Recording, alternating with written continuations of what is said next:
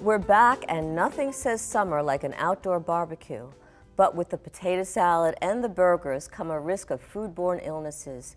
Here with some great summer food safety tips is the founder from Mamonista.com, Debbie Buchstaber. Welcome, Debbie. Hi, thanks for having me here.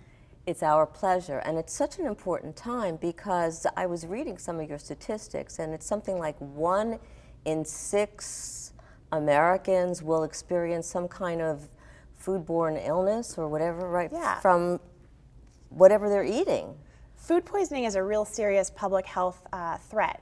It causes 1 in 6 Americans will get food poisoning over the course of a year, and it actually causes well over 100,000 hospitalizations, and the estimates show almost 3,000 people die every year. That's a lot. It's actually a pretty serious issue. So is it that we're doing something wrong, that we're not taking this seriously? What do we need to, especially right now it's summer and people, like I said, people are having barbecues and they're leaving their food out. What do they need to do? What's one tip that's really important so that they're safeguarding their health and their family's health? Well, so I'm here on behalf of the USDA's Food Safe Families campaign. You're an ambassador. Yeah, and we blog about it a lot on Mamonista. And it's because you don't have to be a professional chef to take food safety seriously. You know, I'm just a mom, but there's simple steps we can do to keep our families safe. I think the reason why we have a lot of food poisoning is simply that we get busy, we forget. And actually studies have shown that almost 2/3 of Americans don't regularly use food thermometers when cooking. So one of the keys you're saying is to use a food thermometer, right? And you and I were talking, you were talking about hamburgers or even turkey burgers, right? So you have to put a food thermometer in there. Why is that? Well, according to the USDA, they've done some surveys. 1 in 4 burgers will turn brown before it's actually at a safe temperature to eat. So, you know, sometimes if you've, depending on the kind of meat that you bought, or if you had it frozen in advance, it actually will turn brown before it's at a safe temperature. So you can use a food thermometer and check to make sure that your hamburgers hit 160 degrees and that it's safe. And you can also check for safe cooking times on foodsafety.gov. But basically with hamburgers, seeing is not believing. So you see this great hamburger, it looks all brown, or again a turkey burger, and it's not safe. Exactly. I've been to restaurants where they have buffets, and even when we're having a lot of parties, even if it's in the wintertime, but especially in the summer when we're having outdoor parties, and the food is left out and then we're going to it, and that can also create some illness, right? Absolutely. There's something called the 40-140 rule. So that means that... I never heard that. Yeah, it's cold food should be kept cold, so at around 40 degrees, and hot food should be kept hot. And so normally what they say is, you know, say you have a buffet or a party, you can leave things out for up to 2 hours. But during the summer, because it's warmer, bacteria multiplies faster. So that means it actually doesn't take as long for your food to become unsafe. So they like to tell you that when the weather's over 90 degrees, to only leave it out up to an hour. And so just to kind of keep it safe. So if you see a dip that's been out for hours at a picnic, you know, don't eat it. Don't eat it. Or, and what if you're covering it? It's still unsafe? Well, I mean, covering your food with, you know I cover my food to keep bugs out, right? Just because I think they're gross.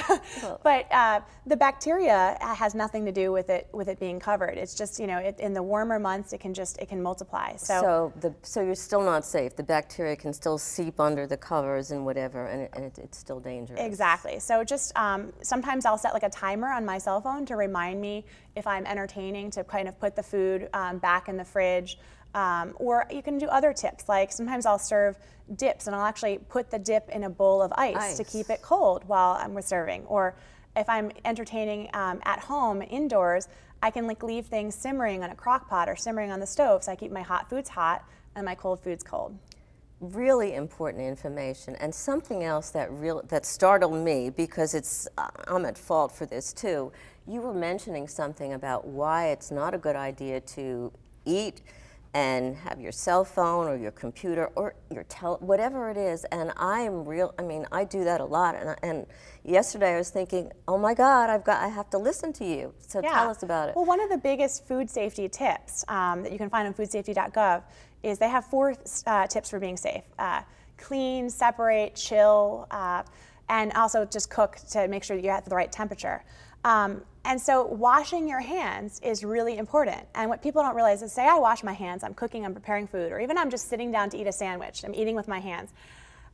if I've touched my phone, there was a recent Stanford University study, phones are actually 10 times dirtier than like toilet handles. Oh my There's God. fecal matter on them at times. There's E. coli, salmonella, other things. So you can actually contaminate your hands by touching your phone. So what if you wash your hands and then can you wipe off your phone and sanitize your phone, or what's keeping it safe? I mean, just you can sanitize your phone. Sometimes I'll use like an alcohol wipe, or even just I'll put some warm soapy water on a cloth. I'm not going to dip my phone in water, Well, right? right. But We some won't warm have soapy phones, water right. on a cloth, not too damp, and just kind of clean it off. But really, just the other simple thing you could do is just wash your hands before you eat, or wash your hands as you're cooking. And if you touch something like your phone, or if you go to answer the door and get a package, wash your hands again. At buffets, I leave out bottles of Purell and hand wipes. That's a great idea. It's just such an easy thing. Or really even just get big boxes of baby wipes. Leave out even baby wipes. Just remind people to wash their hands. So we always tell our kids, wash your hands before you eat.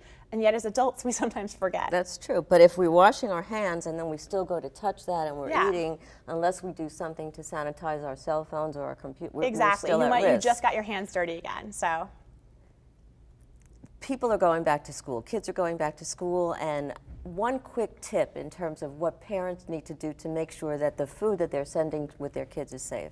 well, I like to use an insulated lunch bag. So, gone are the days of sending your kids with just a brown bag. You can get a nice insulated lunch bag. They don't cost that much money, and put cold packs in it.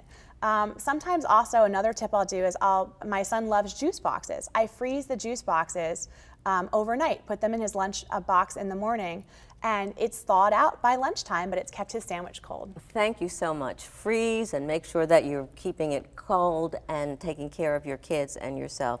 You are wonderful and a great source of information. Thanks for being here. Thank you so much for having me. Power Your Life will be right back. Ahead, find out what's hot for next week.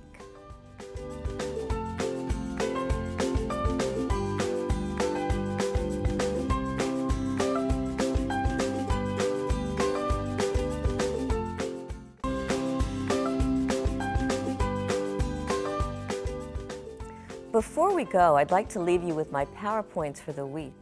Are you stuck in your head, frozen with indecision, or are you a different kind of stuck? The emotional kind, when your emotions get the best of you and the same aggravating feelings overtake you and you're hopeless and helpless under their spell. How do you recover from being stuck in unwanted thoughts or emotions that have you by your throat? Use my SLS method. Number 1, stir yourself by music or dance.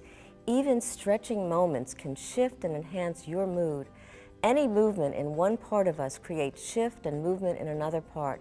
That's the wonderful body-mind connection that's wired into us. 2, love yourself. I don't know about you, but when my mind beats up on me or my hurt or anger rage at me, love, especially the self-love kind, is the last on my list.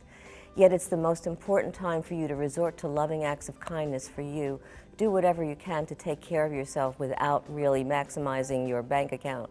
Number 3, surrender yourself. It's not about giving up. Surrender to the situation that can't be changed. Go from out-of-control behavior or mind-mashing to a place of acceptance of you, of what is, and of what happened, with the resolve to let it go. SLS.